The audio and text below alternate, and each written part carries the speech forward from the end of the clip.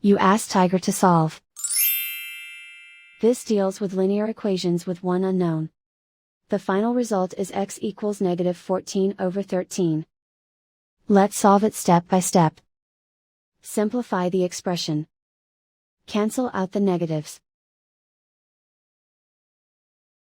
Find the greatest common factor of the numerator and denominator. Factor out and cancel the greatest common factor. Group all constants on the right side of the equation. Subtract 1/13 from both sides. Combine the fractions. Combine the numerators.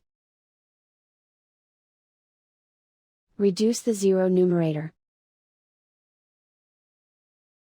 Simplify the arithmetic. Convert the integer into a fraction. Combine the fractions.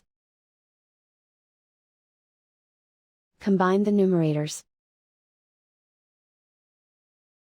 And so the final result is x equals -14/13.